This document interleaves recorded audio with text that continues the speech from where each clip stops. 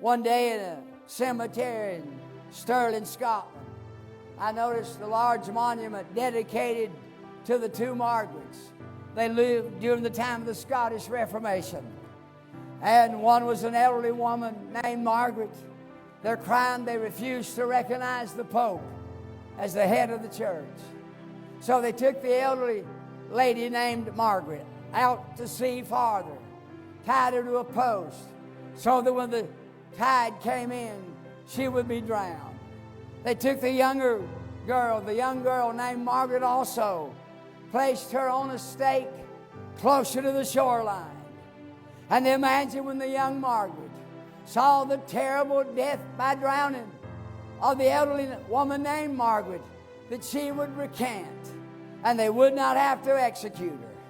But the tide rose higher and higher, and when it was almost at her neck, they rushed out, took her off the stake, untied her, laid her on the shoreline, and said, "Will you recognize the Pope as the head of the church?"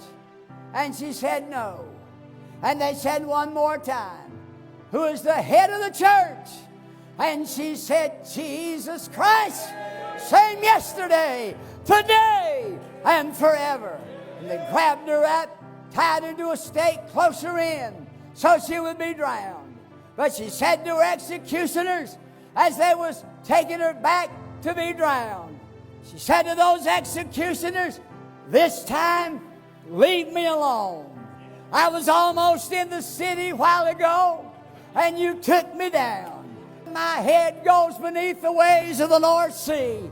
My soul shall arrive in Emmanuel's land. Christ is worth our living, our sacrifice. Jesus paid it all to Him." Oh,